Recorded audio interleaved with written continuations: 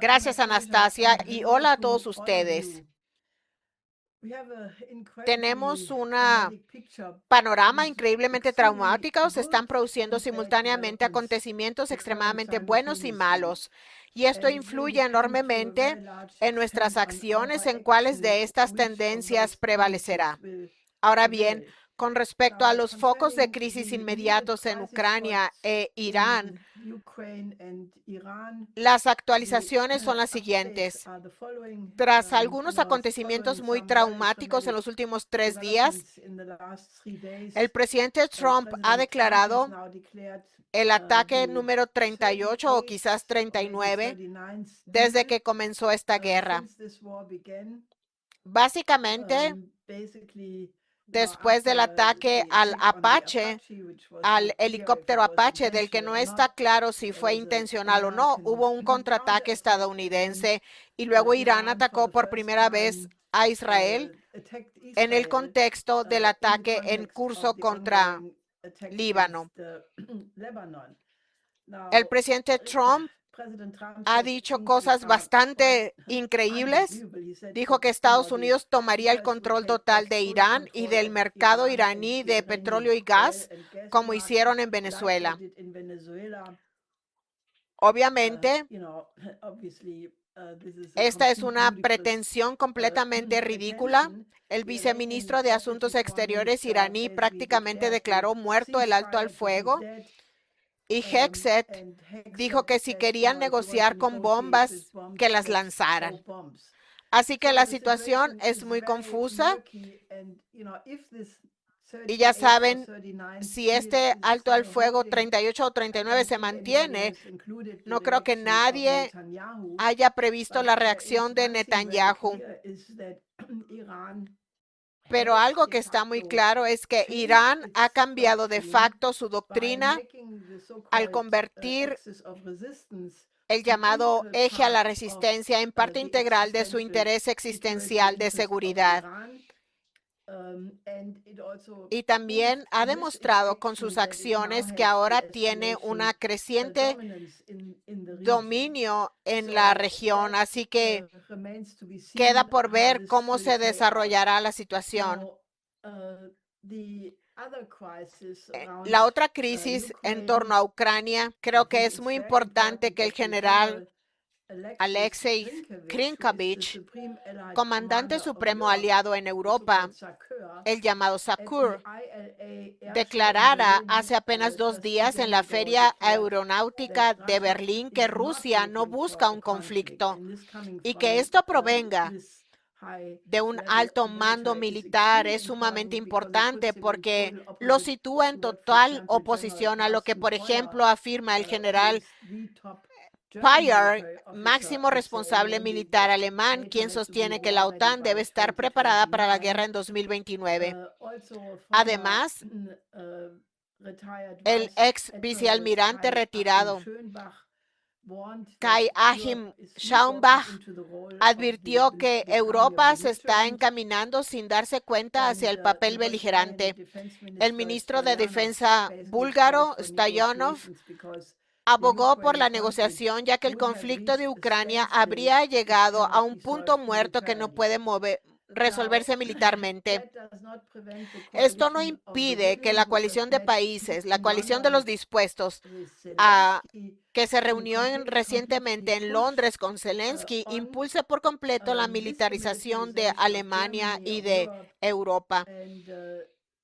El sábado pasado se celebró una jornada militar en la que el ejército alemán estuvo presente en todas partes, incluso en el Parlamento y en una exhibición aérea en Berlín. Se produjeron numerosas contramanifestaciones, además de alumnos, estudiantes que se oponen al reclutamiento forzado y al uso de los llamados oficiales de reclutamiento del ejército, quien están en todas partes intentando convencer a la gente que se unan al ejército. Mientras tanto, la Unión Europea intenta demostrar que ya es la mayor extensión imperial de la historia.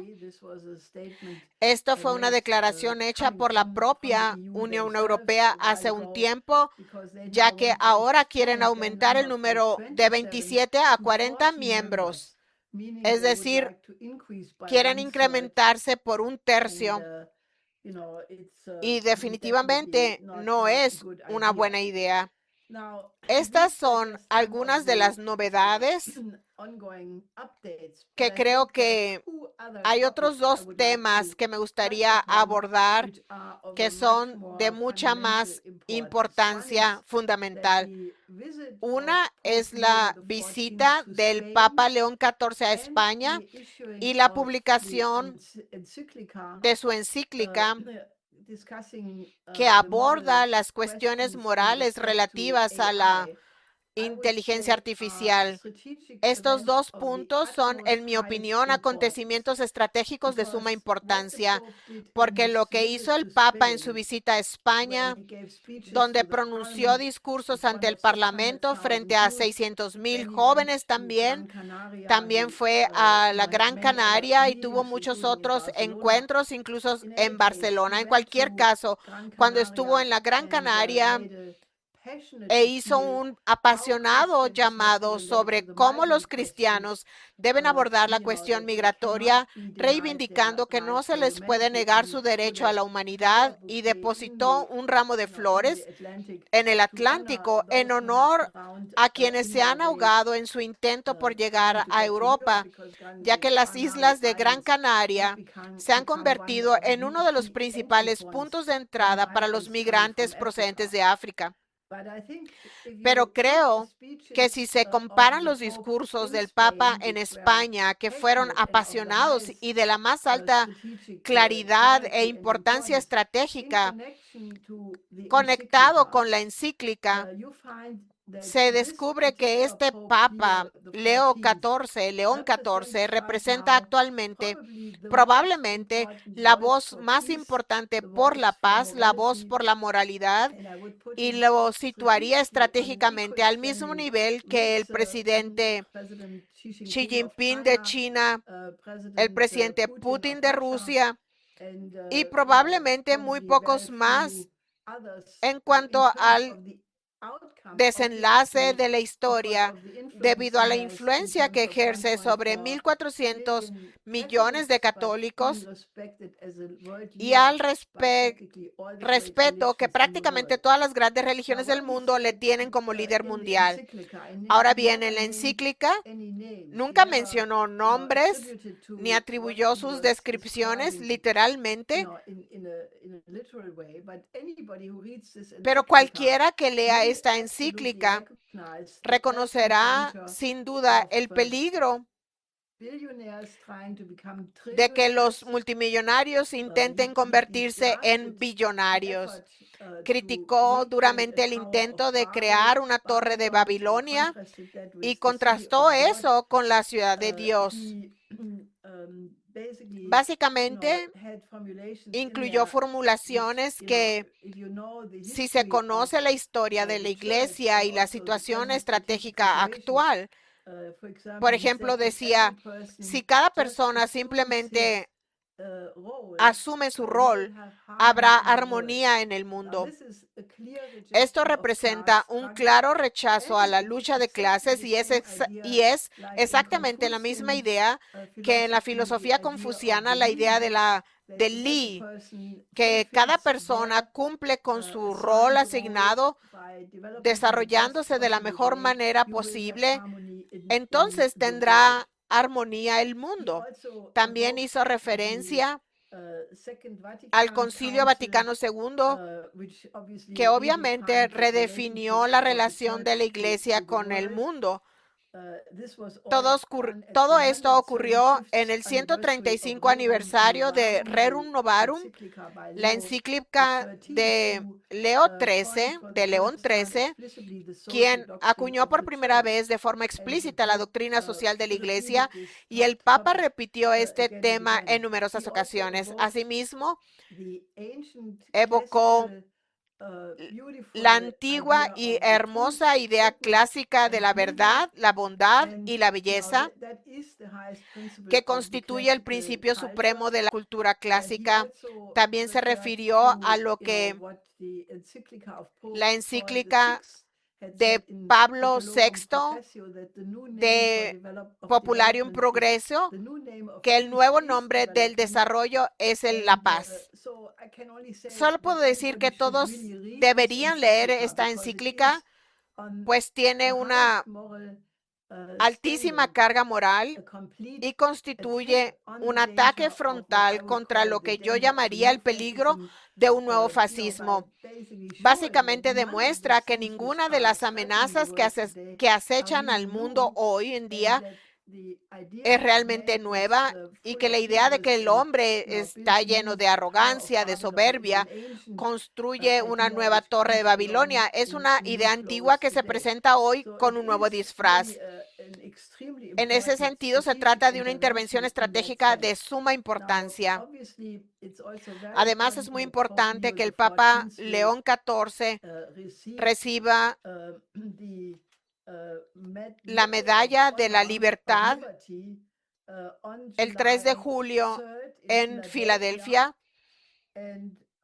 Este será un punto de inflexión crucial para la historia estadounidense, y debemos asegurarnos de que la encíclica y el papel del Papa se destaquen de la mejor manera posible. Un día después se conmemora el 250 aniversario de la Revolución Americana, y el presidente Trump decidió celebrarlo con un combate de lucha libre en una jaula en el jardín de la Casa Blanca. Y si bien la Revolución Americana dejó una huella imborrable en la historia, esta idea de una celebración tan lamentable y tan baja, o no sé siquiera si se le puede llamar a eso una celebración, eso es totalmente inaceptable, una atrocidad perversa e irreverente de este recuerdo. Que este recuerdo se conmemore con un combate de lucha libre en una jaula. Por eso nos anticipamos a esto, organizando nuestro evento para celebrar la Revolución Americana el 5 de julio en Filadelfia, en el marco de la campaña presidencial de Diane Sare, para resaltar el verdadero impacto de la Revolución Americana. Este es un tema controversial, ya que hace pocas semanas se publicó un manifiesto para poner fin a la guerra en Irán, firmado por muchas personalidades importantes. Muchos de ellos, o varios, han participado en reuniones ya sea del Instituto Schiller o de la Coalición Internacional por la Paz de los viernes, y denuncian la historia de Estados Unidos como una simple sucesión de atrocidades. Creo que esto es algo que debe debatirse, porque en primer lugar no es históricamente correcto, se ajusta a la narrativa histórica que se ha intentado imponer, que es decir, por el Imperio Británico, que dice que la Revolución Americana, impulsada por el Imperio Británico, con esta idea quedó claramente demostrada hace un par de semanas, cuando el rey Carlos se dirigió a las dos cámaras del Congreso, donde básicamente intentó justificar la Revolución Americana contra el Imperio Británico, que después de todo fue la primera guerra anticolonial, fue una revolución contra el Imperio Británico y además contra la idea de la forma de gobierno monárquica. Europa en aquel entonces estaba dominada por el gobierno de las altas de los nobles, de la gente de sangre azul, que es superior supuestamente de la gente ordinaria. Y la Revolución Americana se opuso rotundamente a esta idea, estableciendo una constitución que por primera vez definía el bien común, no solo para la generación presente, sino para todas las generaciones futuras. Este fue un hito histórico que estableció la idea de que la aristocracia es superior a cualquier otra cosa, afirmando, en cambio, que todos los hombres son creados iguales y que tienen derecho a la vida, a la libertad y a la búsqueda de la felicidad. Y esta felicidad no se refiere a la idea banal de ser feliz de hoy en día, sino a la concepción leibniziana de que toda persona tiene derecho a una vida plena desempeñando un papel en el universo, contribuyendo al bien común en la medida de sus posibilidades. Esta idea de Lee aparece de nuevo en la encíclica del Papa. Así pues, este fue un momento crucial. Se trataban de redes leibnizianas organizadas principalmente por Benjamin Franklin en numerosos países europeos que colaboraron entre sí. Fue una conspiración internacional que se remonta a las ideas de Nicolás de Cusa y a la idea de que el gobierno solo es legítimo por el consentimiento de los gobernados y no por una norma arbitraria, regla arbitraria que declare, por ejemplo, que poseeremos los mercados del petróleo y de gas de otro país, una decisión completamente carente de legitimidad. Estos temas son sumamente importantes y por eso queremos celebrar la Revolución Americana. Obviamente, muchas cosas salieron mal y el Imperio Británico hizo enormes esfuerzos para deshacer a la revolución, primero con la guerra de 1812, luego al aliarse con la Confederación en la guerra civil, al darse cuenta de que no podían cambiar entonces la Revolución Americana por la vía militar tras su derrota en la guerra civil, intentaron subvertirla, convenciendo a la clase dirigente estadounidense de adoptar el modelo del Imperio Británico y así llegamos a la situación actual. Por lo tanto, no podemos descartar por completo el proyecto porque si no se establece la intención de los padres fundadores, se elimina por completo la posibilidad de que Estados Unidos retome sus mejores tradiciones y en consecuencia la Tercera Guerra Mundial es prácticamente inevitable. Así que esta no es una cuestión meramente académica, sino en mi opinión una cuestión de guerra y paz. Estos son los temas que se debaten hoy y esto es lo que quería decir al principio.